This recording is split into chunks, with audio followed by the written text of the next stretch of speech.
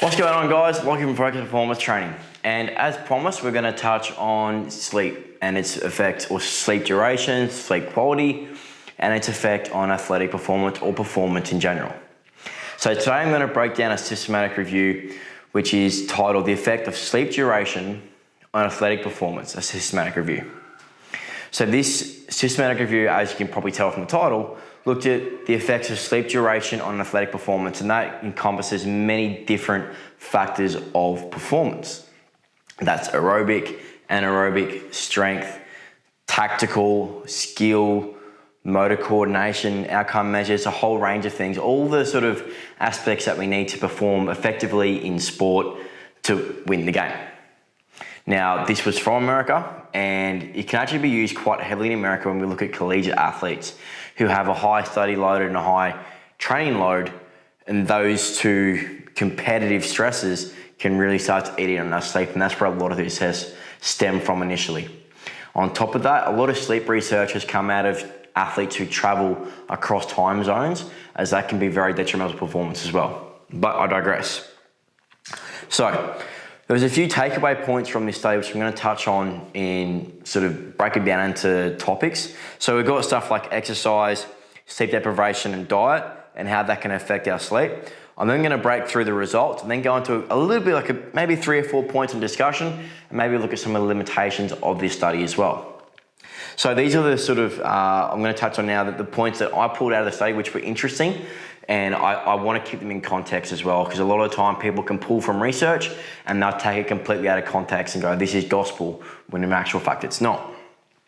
So in a systematic review, the first part you have to go through, you have to do a review of the literature. So the introduction can be quite handful to read through if it's a subject that you're quite unfamiliar with, or you want to get a little bit more information to really build the context around why the study was written and carried out. So this was an interesting one that I found off the bat straight away, was that regular exercise in the evening or night time has actually been shown to improve sleep quality among healthy non-athlete adults. Now the caveat there, non-athlete, being that competitions or games at night time, even home games where you're obviously can go into a more familiar situation when you get home, that has found to actually decrease the quality and length of sleep in athletes, most likely because of the performance requirement and the adrenaline that hasn't worn off post-game, whereas you don't tend to have that same adrenaline dump or heightened motivation and alertness during a training session. So that's an interesting one. That means that we can start or feel more comfortable training in the afternoon or towards night and not worry about that training session bringing us down. That is, if you're not stimulating yourself with high amounts of caffeine or stimulants prior to training, because that's obviously going to have an effect on your sleep. Second one, aerobic exercise seems to be more sensitive to sleep duration when compared to anaerobic activity, which is inclusive of strength testing. So this says to me that if I'm coaching someone who's mainly an endurance athlete, anything from a CrossFit athlete, because there is a large aerobic or endurance component required there, that sleep duration and quality is really, really important for their athletic performance. Whereas if you look at a strength or a power athlete, this may not be as vital for performance, but obviously in the long run, it's still going to have some effect. When we look at accuracy, such as tennis ball serving, serving in tennis, shooting in basketball, throwing passes, that sort of stuff, accuracy can be very heavily decreased by sleep deprivation or the duration of our sleep. So that's an important one as well. And this can actually be improved, so the accuracy can be improved in these tasks by long-term sleep modifications or behavior modifications around sleep. So that's something that we can take away from that big time, is that if we're in a sport that requires a high skill demand, that in making sure we're getting long enough sleep and high enough quality sleep is really important for maintaining our skill. When we look into sleep deprivation, now this is an interesting one based on my background in the Defence Force. We see sleep deprivation being quite common, especially in the combat corps. So this is an interesting one for me, which I found a little bit, and maybe can help provide you some insight into that defence world as well when we look at incorporating sleep deprivation into our training. So This regulation of our normal circadian fluctuations in hormones can be affected heavily, such as growth hormone, testosterone. This leads to delays in the repair of articular cartilage, muscle, and therefore decrease in recovery. So if we have high levels of sleep deprivation, that can actually affect our ability to produce and release really important hormones which are pertinent in recovery, not just of muscles, but of our brain and of our connective tissue such as cartilage, ligaments, and tendons. Secondly, this sleep deprivation or impaired sleep can impair our glucose metabolism, which makes us more likely or at a higher likelihood to get type 2 diabetes. Okay, so that's a really important one. As our glucose metabolism is impaired, that means that glucose will stay in our blood system for longer, which means insulin will be released more frequently. Higher and frequent release of insulin is what causes that type 2 diabetes, and it's really not ideal for performance. So we can also look at some studies that modified sleep patterns chronically were more likely to provide an effect over those with just acute modification. So let's look at acute as maybe 1 to 2 nights prior to testing, whereas long-term interventions looking over 2, 3, 4, 5 weeks tended to have a greater effect on performance versus acute. A takeaway for this: if we're going to make modifications to anything, including sleep, let's make them long-term and stick with them for a matter of 3 weeks as a minimum, and then see if there's a change, if you feel better. But make sure we're consistent in that modification. The hard thing is when we look at habit formation, those first 3 weeks tend to be the hardest as well. So that's where things can get a little bit tricky. All right, so let's look at the summary. So 13 studies, 9 were found to have a positive association with performance outcome measures, and 4 had neither good or bad findings as a whole, okay? 3 studies in particular looked at aerobic measures. 2 had a positive effect, with 1 having no real effect or change. So 2 out of 3. So what we look at there is that if you're competing in an endurance event or aerobic focused event, now that can come under anything like field hockey. We can look at any track and field event which is over 800 meters or inclusive of 800 meters. We can look at swimming. Pretty much anything over 50 meters in swimming is going to turn into a highly aerobic event. All right, triathlon, marathon, that sort of stuff is pretty self-explanatory.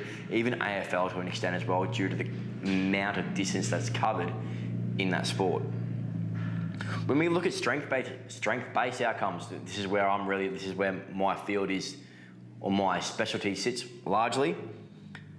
There's actually 3 strength-based outcomes. So 3 studies included, 2 had a positive effect and 1 with no change. So that's good as well. That's giving us down the same path. We need to include good sleep patterns in our strength to actually increase it over a long period of time, because as I mentioned before, if we've got chronically low sleep or poor sleep, we're going to reduce growth hormone secretion, testosterone, all those really anabolic hormones, which is going to affect our ability to produce strength or adapt or recover from that strength stimulus over a long period of time. Speed-based outcomes. Every team or field-based athlete, this is for you. 6 studies investigated, 5 of which had large positive outcomes with increased sleep duration, 1 with no real change. So if you're going to do anything for your sport in terms of recovery, improve your sleep. Okay, we'll now go into that tactical or skill or motor coordination outcome measures. Let's look at tennis serving accuracy, passing accuracy, kicking accuracy, coordination in specific skills or movements. You name it, this is where this part addresses that. So acute changes in sleep patterns, 10 studies were sort of fit this mold, 7 of which had positive improvements. We look at chronic studies or chronic manipulations to sleep habits. 4 studies were included in the systematic review, 4 had positive effects. Sweet, that really speaks for itself. If we want to make long-term change, we need to stay with it and we need to be consistent. So where are some of the limitations of this systematic analysis? Well, a systematic analysis takes many studies, looks through it, and then analyzes their results. So the authors identified there may be problems with effect sizes from these studies, as the variation in positive effect samples, or the studies which reported positive changes, the sample sizes, that is how many people were in the study, that varied quite significantly. The data that was presented suggests that aerobic performance, as I said before, is more sensitive to sleep deprivation or sleep duration than anaerobic performance is. So we need to keep that in mind. Interestingly, Blumert et al., and I think this was a very early study, I didn't quite get the year, they employed a relatively severe sleep deprivation protocol where they deprived 9 National Collegiate weightlifters of 24 hours of sleep. Yet they failed to identify adverse effects on any of the various weightlifting exercises examined, being snatch, clean, power snatch, power clean, you name it. Now that's a really interesting one. That shows that those athletes who are in strength sports may be able to get away in terms of absolute performance with reduced sleep. However, in the long term, as I've touched on twice now, it's going to be of a detriment to yourself if we are reducing the amount of sleep that we're getting and the quality we're getting, because we need those anabolic hormones in our body to be released, to regenerate, to recover, and to replenish so that we can be good to go the next time through. So what does this mean for you as a non-athlete or athlete? What does this mean for you? Well, this means that we need to really focus on the amount of sleep and getting good sleep habits in place so that we can optimize our recovery. If we aren't getting our sleep nailed, we're not going to benefit as much from the extra 1%ers. So I've touched a lot on this in recovery. I'm not a massive fan of the gimmicks that are out there for recovery, i.e. trigger guns, i.e. sort of foam rolling to some extent when we look at it through a recovery lens. Ice baths, saunas, all that sort of stuff is all well and good. But unless you've got 2 big things in my eyes ticked off, your nutrition and your sleep, that stuff is a waste of time. So let's nail that sleep on the head.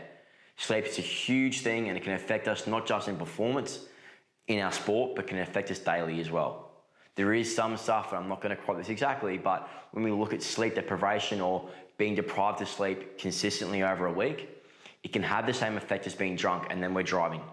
Okay, so this is where I think sleep is a massive characteristic of our fitness, looking after ourselves, not just as athletes, but as humans, to make sure that we're performing at the best we can and giving ourselves the best opportunity to move forward. Thanks for watching, guys. I'll throw something else up about sleep moving on, maybe looking at some recovery methods, but I have posted something before on my Instagram about sleep. If you want to look at that, go back and have a look. I'll throw a link up here for it on YouTube. Thanks for watching, guys, and I'll see you next time.